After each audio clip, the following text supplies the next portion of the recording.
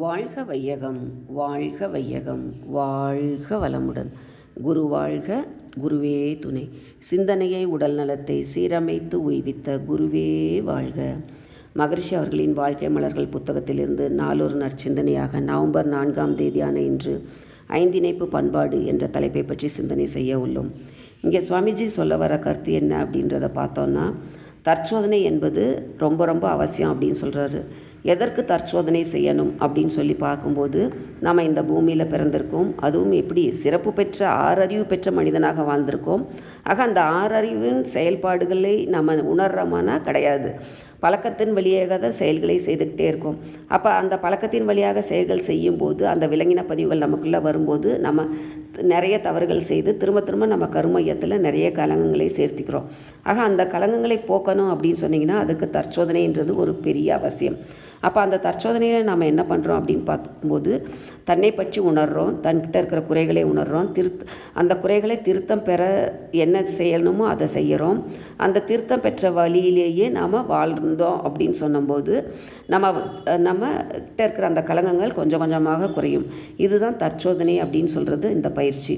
ஆக இந்த பயிற்சியை செய்வதன் மூலியமாக ஆல்ரெடி நம்ம சஞ்சித கர்மமாக நம்ம முன்னோர்கள்ட்ட இருந்து வாங்கிட்டு வந்தது, பிராரப்த கர்மமாக நம்ம செஞ்சது அத்தனையுமே நம்ம கர்மயத்தில் இருக்கிறத அதையெல்லாம் நம்ம கொஞ்சமாக போக்கிக் கொள்ள முடியும்.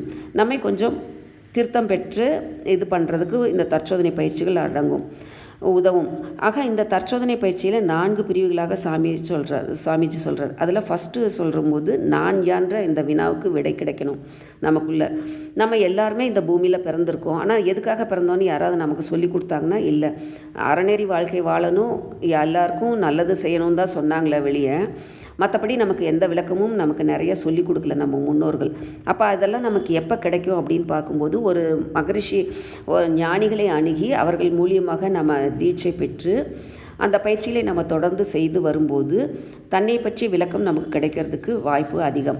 அதாவது சுவாமிஜியோட ஆசையினால் அவர்கிட்ட குண்டலி தீட்சைன்றதை எடுக்கும்போது நமக்குள்ளே கொஞ்சம் விளக்கங்கள் நமக்கு கிடைக்க ஆரம்பிக்குது. எப்படின்னு பார்க்கும்போது, அறிவில் ஒரு முழுமை நிலை கிடைக்க ஆரம்பிக்குது. மனம் கொண்டு தான் நம்ம உலக இன்பங்களை அனுபவிக்கிறோம். அந்த உலக இன்பங்களை அனுபவிக்கும் போது மனம் மயக்க நிலையிலே இருக்குது. அப்போ விழிப்பு நிலை மனதுக்கு வரணும் அப்படின்னு சொல்லும்போது அப்போ அங்கே ஒரு பயிற்சி தேவையாக இருக்குது. ஆக அதுதான் இந்த குண்டலினி யோக பயிற்சி. இந்த குண்டலினி யோக பயிற்சிகளை நாம் செய்யும்போது உடல், உயிர், மனம், மெய்ப்பொருள் என்ற 5ஐயும் நாம் உணர முடியுது. அப்போ இறைநிலையிலிருந்து வந்த நான் அந்த இறைநிலையை நாம் உணரணும் அப்படின்றதை எனக்கு உணர்த்துவது தான் இந்த மெய்யுணர்வு பயிற்சி அப்படின்னு சொல்கிறோம். அடுத்தது பார்க்கும்போது, எண்ணம், சொல், செயல் இவற்றை நம்ம ஒழுங்குபடுத்திக்கணும். நம்ம இந்த வாழும்போது தற்காலத்திலோ இல்லை பிற்காலத்திலோ பிற உடலுக்கோ உணர்ச்சிக்கோ துன்பம் தராத நிலையில் எண்ணம், சொல், செயலை நம்ம பண்படுத்திக்கிறதுக்காக தான் இந்த 2வது பயிற்சி. 3வது பார்க்கும்போது அருங்குண சீரமைப்பு பயிற்சி. சுவைகளை நம்ம 6 சுவைகள்ன்ற சொல்கிறது மாதிரி நம்மக்கிட்டேயும் 6 குணங்கள் இருக்குது. பேராசை, சினம், கடும்பற்று, முறையற்ற பால் கவர்ச்சி, உயர்வு தாழ்வு மனப்பான்மை, வஞ்சம்ன்றது 6 குணங்களும் இருக்குது. இந்த 6 தீய குணங்களையும் நாம் நிறைமனம், சகிப்புத்தன்மை, ஈகை, கற்பு நெறி, நேர்நிறை விளக்கம், மன்னிப்புன்ற 6 நல்ல குணங்களாக மாற்றும்போது மனிதனும் அந்த இறைநிலையில் இருக்கிற அந்த இறை குணங்கள் நமக்கு உருவாக வாய்ப்புகள் அதிகம். மனிதன் எப்பயுமே சாதாரண நிலையில், உணர்ச்சி வயன்ற நிலையில் தான் இருக்கும்போது அவனுக்குள்ள இந்த 6 தீய குணங்கள் ஏற்படுது. மனது அறிவின் பயம் நின்று விழிப்பு நிலை மாறாத நிலையில் செயல்படும் போது அந்த இடத்துல உணர்ச்சிகள் எழுவதற்கு வாய்ப்பே இல்லை. அப்போ மகரிஷிகள், ஞானிகள், மகான்கள்லாம் இந்த உணர்ச்சி நிலை எழும்பாத நிலையில் வாழ்கிறதுனால தான் அவங்க சாந்தமாக சாத்வீக குணங்களை கொண்டவர்களாக இருக்காங்க. நாம் எடுத்துக்கிற உணவும் நம்மளுடைய குணங்களை மாற்றுவதற்கு வாய்ப்புகள் அதிகம்.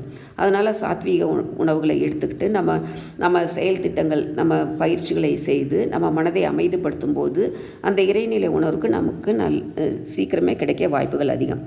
அடுத்து பார்க்கும்போது 4வது பயிற்சியாக நம்ம சொல்லும்போது கவலையை ஒழித்தல். இயற்கையாகவே நமக்கு கவலைன்றது சொல்லாமலே நிறைய கவலைகளை நாம் உருவாக்கிக்கிறோம். ஆக இந்த கவலையை ஒழித்தல் பயிற்சியின் மூலியமாக அறியாமை, உணர்ச்சி வயம், சோம்பேறித்தனம் இந்த செயல்களினால் நமக்கு நிறைய பிரச்சனைகள் வருது. அப்போ இதிலேருந்து நம்ம விடுபடணும் அப்படின்னு சொல்லும்போது நம்ம இவற்றையெல்லாம் ஆராய்ந்து எல்லா கவலைகளையும் ஒழித்து நலம் பெறணும் அப்படின்னு சொல்லும்போது தற்சோதனை பயிற்சியால் நம்ம மன தூய்மையும் வினை தூய்மையும் பெறுறோம். ஆக அந்த நிலையில் நமக்கு ஒழுக்க உணர்வு, கடமை உணர்வு, மெய்ப்பொருள் உணர்வு என்ற இந்த மூன்றும் இயல்பாகவே நமக்கு விடும்.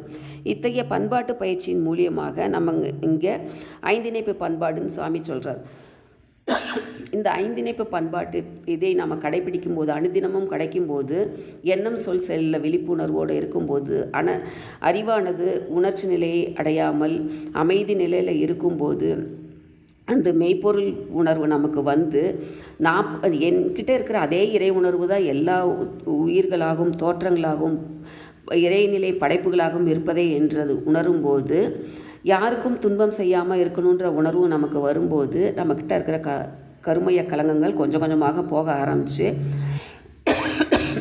நமக்கு ஆன்மா தூய்மை அடைந்து நாமும் அந்த இறைநிலையை வெகு விரைவில் அடைவதற்கு அந்த பிரபஞ்ச இறையாற்றல் நமக்கு உதவியாக இருக்கும். இந்த வாய்ப்பை அளித்த அனைவருக்கும் நன்றி. வாழ்க வளமுடன்.